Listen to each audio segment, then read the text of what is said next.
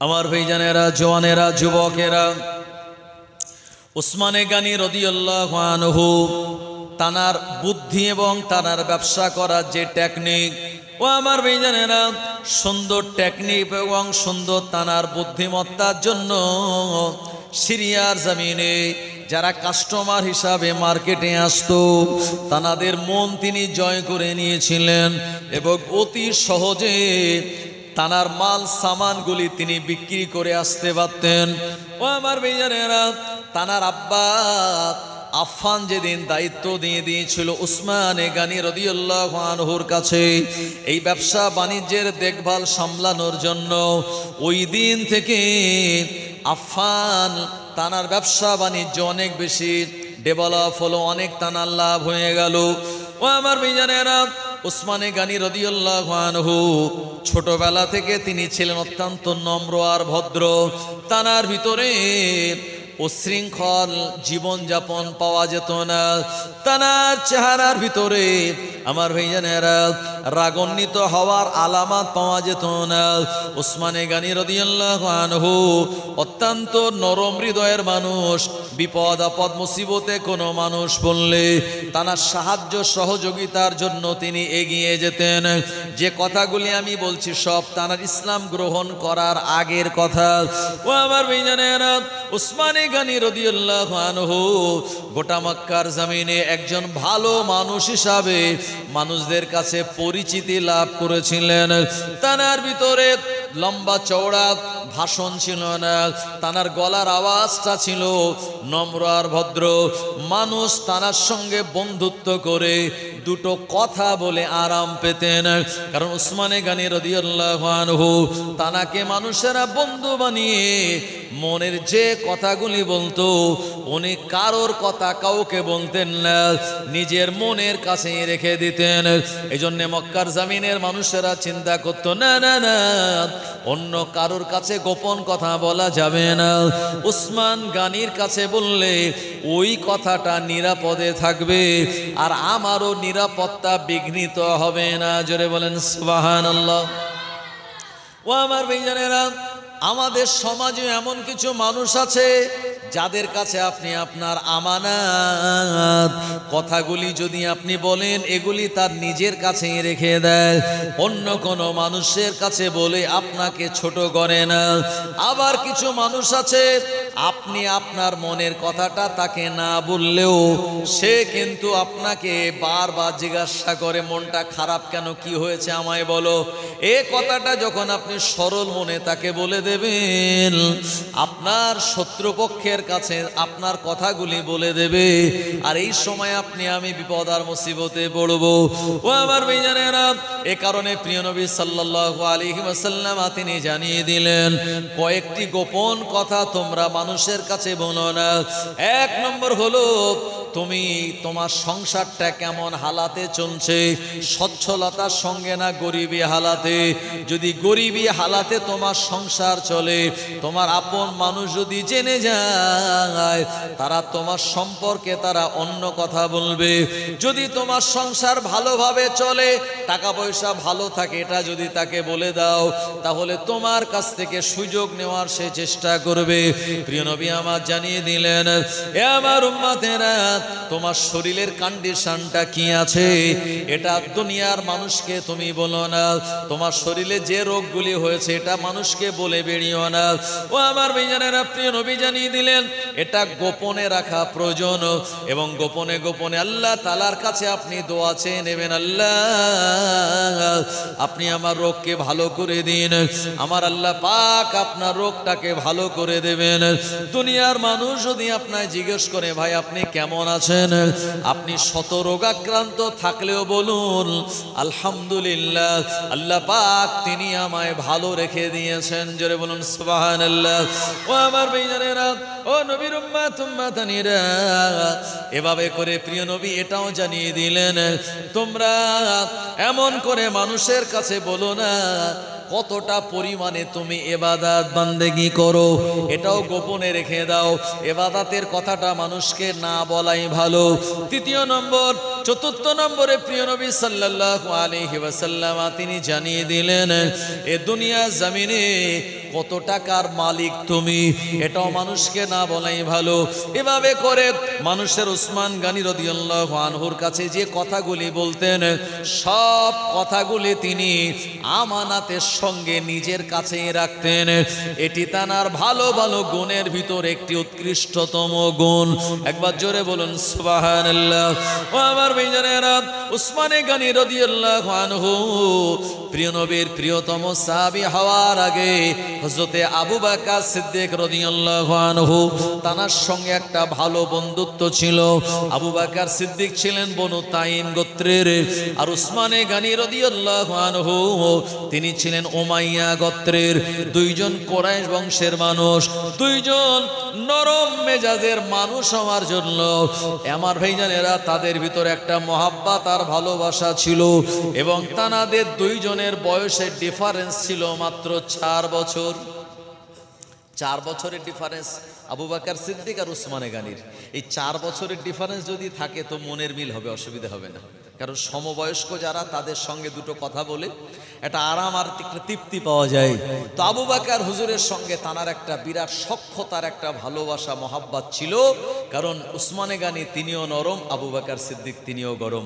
ওমরে ফারুকের সঙ্গে তানার ওই কুফারে কুরাইশের জিন্দেগিতে থাকার সময় তানার সঙ্গে কোনো রিলেশন মহাব্বত ছিল না। কারণ ওমরে ফারুক ছিলেন কঠোর হৃদয়ের, জাবানের কথাবার্তার আওয়াজ অনেক লম্বা, হ্যাঁ আওয়াজের আপনার পাওয়ার অনেক বেশি। ওমরে ফারুক ছিলেন অত্যন্ত কঠোর হৃদয়ের। এই জন্য মহাব্বত আবু বকর সিদ্দিকের সঙ্গে ওমরে ফারুকের ছিল না, উসমান গনিরও ছিল না। কখন? যখন ইসলাম গ্রহণ করেনি, তার আগের কথা বলছি। ইসলাম গ্রহণ করার পরে নবীজির সাহাবী হওয়ার সুবাদে ওমরে ফারুকের সেই কঠোর আখলাক আদর্শ, তানার উঁচু জোরে কথা বলাটা সবকিছু একেবারে নম্র আর ভদ্র হয়ে গিয়েছিল। এই জন্য ওমরে ফারুক রাদিয়াল্লাহু আনহু নবীজির দরবারে আবু বকর সিদ্দিকের সঙ্গে একটু উঁচু গলায় কথা বলে ফেলেছিলেন।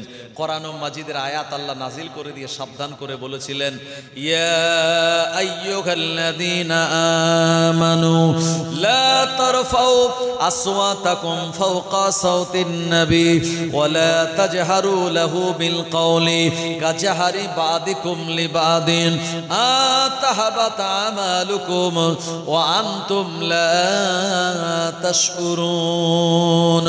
কোরআন মাজিদে আমার আল্লাহ পাক জানিয়েছিলেন ওমরে ফারুক এবং আবু বকর সিদ্দিককে লক্ষ্য করে, ও আমার ভাইজানেরা, প্রিয় নবীর দরবারে ওমরে ফারুক জোরে কথা বলার জন্য আয়াত নাজিল হলো, হে বিশ্বাসী ইমানদারেরা, তোমাদের গলার আওয়াজ যেন আমার নবীর গলার আওয়াজের থেকে উঁচু না হয়।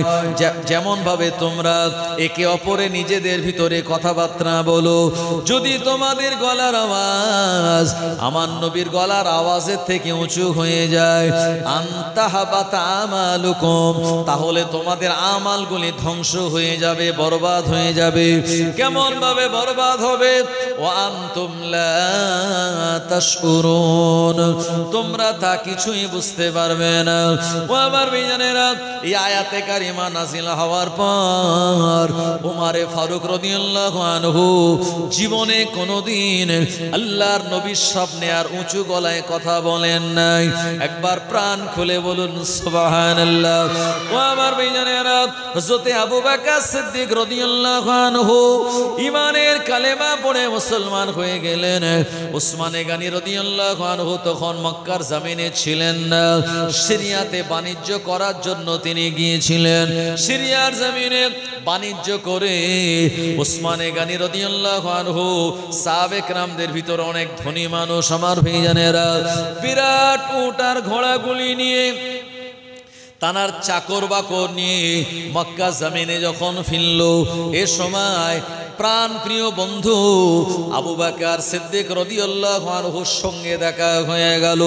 ও আমার ভাইজানেরা, উসমান গনি বাণিজ্য করতে যাওয়ার আগে আবু বকর হুজুরকে তিনি যে অবস্থায় দেখেছিলেন, আর বাণিজ্য করে আসার পরে আবু বকর সিদ্দিকের ভিতরে একটা পরিবর্তন দেখতে পেয়েছিলেন। হযরত উসমান গনি বললেন, ওয়াল্লাহ বান্দা, ও আবু বকর আমার বন্ধু, একবার বলুন আমি সিরিয়াতে যাওয়ার আগে আপনাকে আমি যে রকম আখলাক আদর্শের ভিতরে দেখেছিলাম, সিরিয়ার জমিন থেকে ফেরার পর আপনার আখলাক আদর্শটা আমি অন্যরকম অনুভব করি। ব্যাপারটা কি একবার বলবেন নাকি? হযরত আবু বকর সিদ্দিক রাদিয়াল্লাহু আনহু বলেছিলেন, ও আমার বন্ধু উসমান, আল্লাহর নবী যিনি মুহাম্মদ ইবনে আব্দুল্লাহ, এমন করে তিনি আখিরি জামানার নবী হিসাবে আল্লাহ পাক তাকে মনোনীত করেছেন। ওই নবীর উপরে কোরআনুল মাজিদ আয়াতগুলি নাজিল হয়ে গিয়েছে। ওই নবী মুহাম্মদুর রাসূলুল্লাহ সাল্লাল্লাহু আলাইহি ওয়াসাল্লাম আমার কাছে কালেমার বাণী এনেছিলেন। আমি আবু বকর ওই নবীর তেলাওয়াত করা, ওই নবীর বলা কালেমার বাণীটা কোন রকম চিন্তা ভাবনা করা ছাড়াই আমি পড়ে নিয়েছি লা ইলাহা ইল্লাল্লাহ মুহাম্মাদুর রাসূলুল্লাহ সাল্লাল্লাহু আলাইহি ওয়াসাল্লাম। ও ভাই উসমান, আমি এখন মুসলমান, আমি লাত হুবাল উজ্জা এদেরকে আর আমি মানি না, আমি প্রিয় নবীকে নবী বলে মানি। কাবা বাইতুল্লাহর মালিক হলেন আমার আল্লাহ এক, ওই আল্লাহকে আমি এক আর ইউনিক অদ্বিতীয় বলে মানি। ও আমার ভাইজানেরা, উসমানে গানী রাদিয়াল্লাহু আনহু অবাক হয়ে গিয়ে বললেন, আবু বকর আমি তো তোমার বন্ধু, তুমি যখন কালেমা পড়ে নিয়েছো ওই মুহাম্মদ ইবনে আব্দুল্লাহর কাছে একবার আমায় নিয়ে চলো, তানার কিছু আখলাক আদর্শ দেখে, তানার কিছু নসিহত শুনে আমি তানার হাতে হাত নিয়ে তোমার মতো মুসলমান হয়ে যাব। ও আমার ভাইজানেরা, উসমান গানীর কাছে নবীজি কালেমা নিয়ে যাননি, বরঞ্চ উসমান গানী কালেমা নেওয়ার জন্য, ইসলাম গ্রহণ করার জন্য আবু বকর সিদ্দিকের সঙ্গে প্রিয় নবী দরবার শরীফে চলে গেলেন। আল্লাহ নবীর সঙ্গে দেখা হয়ে গেল।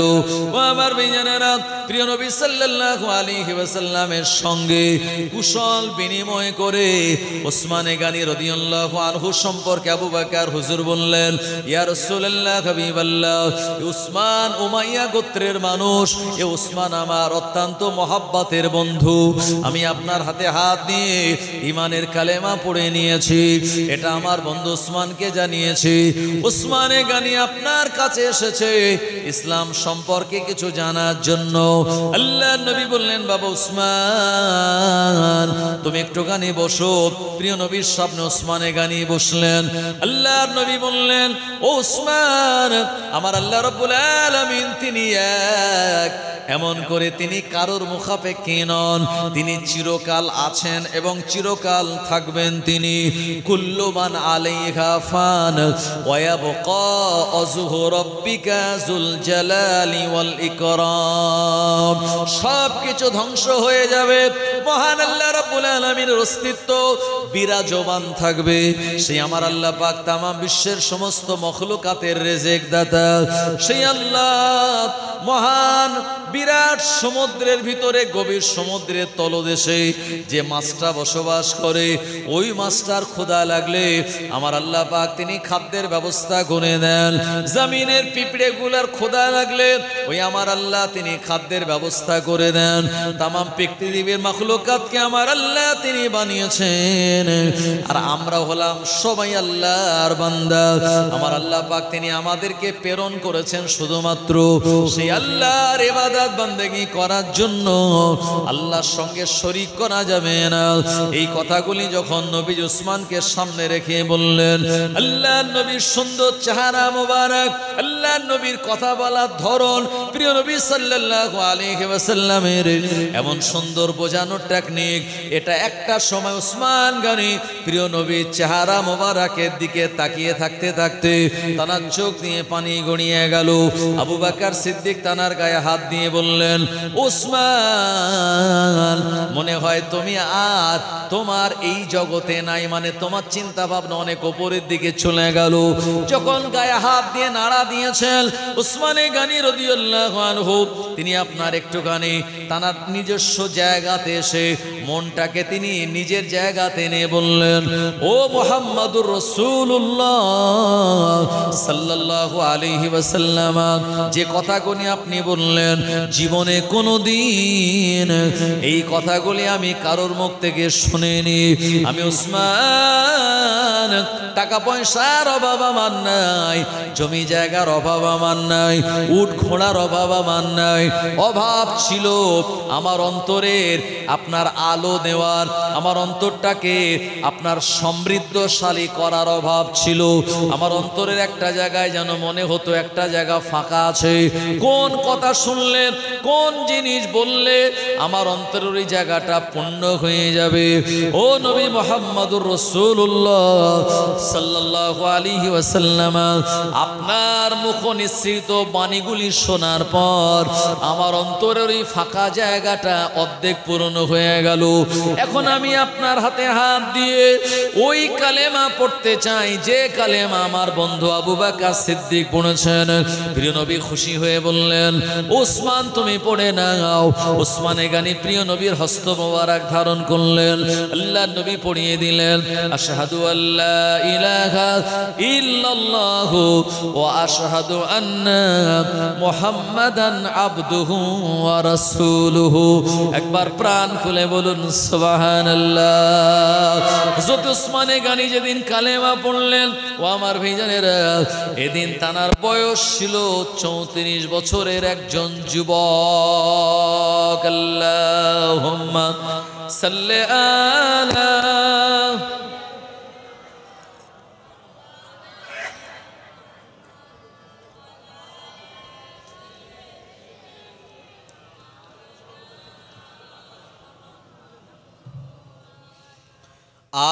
আজ কেন পৃথিবীটা লাগে এত সুন্দর, নবীজির আগমনে সাজালো এ চরাচর। আজ কেন পৃথিবীটা লাগে এত সুন্দর, নবীজির আগমনে সাজালো এ চরাচর। চারিদিকে নবরূপে করে ধারা ঝলমল, সেই রূপ দেখে হয় আখিদয় সুশীতল, আখিদয় সুশীতল। গুঞ্জনে মুখরিত গোটা মরু প্রান্তর, নবীজির আগমনে সাজালো এ চরাচর।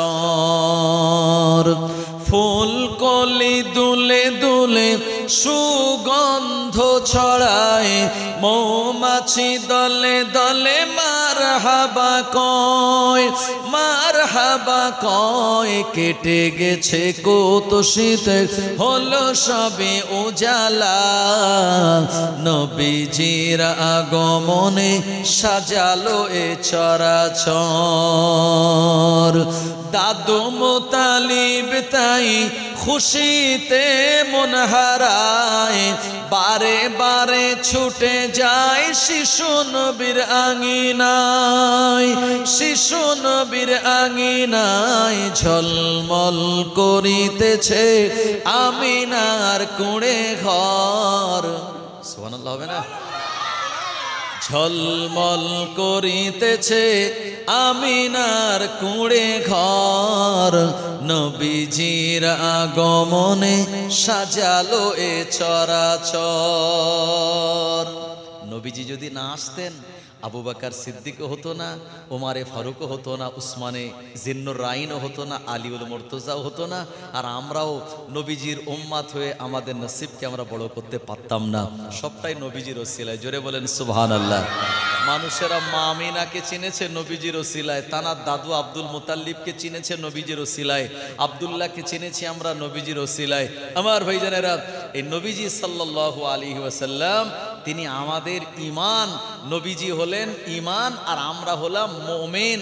আমার ভাইজানেরা, সেই প্রিয় নবীর মোহাব্বত একদম অন্তরের ভিতর থেকে করতে হবে। নবীজি শুনিয়েছেন, লা ইউমিনু আহাদুকুম হাত্তা আকুনা আহাব্বা ইলাইহি মিন ওয়ালিদিহি ওয়া ওয়ালাদিহি ওয়ান নাসি আজমাইন। তুমি ততক্ষণ প্রকৃত মুমিন হতে পারবে না যতক্ষণ তোমার সন্তানাদি, তোমার পিতা মাতা, ওয়ান নাসি আজমাইন, দুনিয়ার সব মানুষের থেকে আমি নবী আমাকে বেশি ভালোবাসতে না পারবে। ততক্ষণ প্রকৃত মোমেন হতে পারবে না। এই জন্য ওমারে ফারুক একদিন এসে বলেছিলেন, আমি গতকাল ওই কথাগুলি টাইম মানে সংক্ষেপ সেই বলতে পারিনি, আজকেও মাঝে মাঝে কিছু বলে দেব। ওমারে ফারুক বলেন, হুজুর আমি আমার পিতামাতার থেকে আপনাকে বেশি ভালোবাসি। নবীজি বললেন, তুমি মোমেন নও। উমারে ফারুক বলেন, হুজুর আমি তাহলে আমার নিজের জানের থেকে আমার জানকে ভালোবাসি, তারপরে আপনাকে ভালোবাসি। নবীজি বললেন, না এখন তুমি প্রকৃত মোমেন নয়। নবীজি বললেন, এরপরে উমারে ফারুক বলেন, হুজুর তাহলে আমি আমার জানের থেকেও, প্রাণের থেকেও, জীবনের থেকেও আপনায় বেশি মহাব্বত করি। প্রিয় নবী বলেন, এখন তুমি খাঁটি মোমেন। সুবহানাল্লাহ। ঝলমল করিতেছে আমিনার কুঁড়ে ঘর, নবীজির আগমনে সাজালো এ চরাচর। আজ কেন পৃথিবীটা লাগে এত সুন্দর, নবীজির আগমনে সাজালো এ চরাচর। আল্লাহুম্মা সাল্লি আলা সাইয়্যিদিনা ওয়া আলা আলি সাইয়্যিদিনা। আমার ভাইজানেরা, জওয়ানেরা, যুবকেরা, এই জন্য তাম ভারতবর্ষের যেদিকেই আপনি যাবেন সব জায়গায় আই লাভ মোহাম্মদ বলে ব্যানার টাঙানো আছে। আছে না নাই? আছে। কেন আছে? কারণ আপনারা জানেন গত 12 রবিউল আউয়াল ইউপির কিছু যুবকেরা 12 রবিউল আউয়াল নবীজি যে দিনে দুনিয়ার জমিনে আগমন করেছিলেন, এই দিনটাকে নবীর জন্মদিবস পালন করায় খুশি হয়ে তানারা রাস্তায় র্যালি বার করেছিলেন। আমার ভাইজানেরা, এই রাস্তায় র্যালি বার করার সময় তাদের সামনে ছিল আই লাভ মোহাম্মদ বলে একটা ব্যানার। এরপরে এই দৃশ্য দেখে আপনার ইউপির যারা প্রশাসনের লোক, আমার ভাইজানেরা আপনারা জানেন সেখানকার পরিস্থিতি কি, তো সেই জায়গায় আপনার তাদেরকে অ্যারেস্ট করা হলো এবং তাদেরকে জেলে দেয়া হলো, এই বলে যে তোমরা আই লাভ মোহাম্মদ নিয়ে রাস্তায় মিছিল করলে কেন? আচ্ছা বলুন, এটা কি কোনো অপরাধ? হ্যাঁ আমার ভাইজানেরা, তো বিনা অপরাধে যখন তাদের অ্যারেস্ট করে জেলে দিল, তো এটা যখন ভাইরাল হলো সোশ্যাল মিডিয়ায়, তো ভারতবর্ষের যারা নবী প্রেমিক উম্মাত, যারা জওয়ান যুবক, তারা দেরি না করে তাড়াতাড়ি সবাই আপনার এই ব্যানার ছাপালো আই লাভ মুহাম্মদ সাল্লাল্লাহু আলাইহি সাল্লাম। এটা ছাপিয়ে তারা রাস্তাঘাটে বিভিন্ন জায়গাতে তারা টাঙিয়ে দিয়েছে। আর এটা প্রতিবাদ করে টাঙিয়েছে, তারা বলতে চেয়েছে এটাই, আমরা বলতে চেয়েছি এটাই, যে দেখি তোমাদের কত প্রশাসন আছে আর তোমাদের কত জেল আছে, এই কথা বলার জন্য আমাদের জেলে ভরবে। আমার ভাইজানেরা, এই চরম পরমতম প্রতিবাদ করার জন্য আজকে তারা পরাস্ত হয়েছে মুসলমানদের কাছে। আমার ভাইজানেরা, আই লাভ মুহাম্মদের পরে অনেক জায়গায় ব্যানার টাঙানো, তারপরে আর তারা ধরতে পারেনি বা আমাদেরকে দোষারোপ করে তারা জেলের ভিতরে দিতে পারে নাই। কারণ কে কাকে ভালোবাসবে এটা তার পার্সোনাল নিজস্ব ব্যাপার। আমার ভাইজানেরা, তাই এই ভারতবর্ষে আমরা বসবাসকারী, আমরা ধর্মপ্রাণ মুসলমান, আমরা আল্লাহকে এক বলে মানি, আর আমাদের মহাব্বতের নবী হলেন মুহাম্মদুর রাসূলুল্লাহ সাল্লাল্লাহু আলাইহি ওয়াসাল্লাম। একবার জোরে বলুন সুবহানাল্লাহ। তবে আমি একটি কথা বলবো, যে আই লাভ মোহাম্মদ এটি যেন টাঙানো হয়েছে, আলহামদুলিল্লাহ, যারা টাঙিয়েছে তাদেরকেও এ নজর রাখতে হবে যেন ওই ব্যানারের দড়িটা ছিঁড়ে রাস্তায় পড়ে আপনার গড়াগড়ি না যায়, নবীর নামটা যেন রাস্তায় অপমানিত অপদস্থ না হয়। আপনি যেমন মহাব্বত করে টাঙিয়েছেন, আবার ওই ব্যানারটা যাতে সুরক্ষিত থাকে এটাও দেখার দায়িত্ব আপনার আমার। কথা ঠিক কিনা? আমার ভাইজানেরা, জওয়ানেরা, যুবকেরা, যে কথা বলতেছিলাম, উসমানে গানি কালেমা পড়ে নিলেন, বয়স তখন 34 বছরের একজন টকবগে যুবক। আমার ভাইজানেরা, উসমানে গানি রাদিয়াল্লাহু আনহু তিনি বিরাট ধনী মানুষ ছিলেন, আর নবীজির কাছে প্রথম গিয়ে কালেমা পড়ার যে অনুভূতি, তানাকে এত বেশি এটি স্পর্শ করেছিল, তানার হৃদয়ে এত বেশি নাড়া দিয়েছিল, সময় যখনই পেতেন নবীজির কাছে চলে যেতেন এবং নবীজির খুব কাছাকাছি থাকতেন। আর নবীজির খুব কাছাকাছি থেকে নবীজির আখলাক আদর্শ তানার ভিতরে এমনভাবে প্রবেশ করেছিল, উসমানে গানি রাদিয়াল্লাহু আনহু আমার ভাইজানেরা নবীজিকে তিনি তানার জানের থেকেও, প্রাণের থেকেও, জীবনের থেকেও মহাব্বত আর ভালোবাসা দিয়ে ফেলেছিলেন। জোরে বলুন।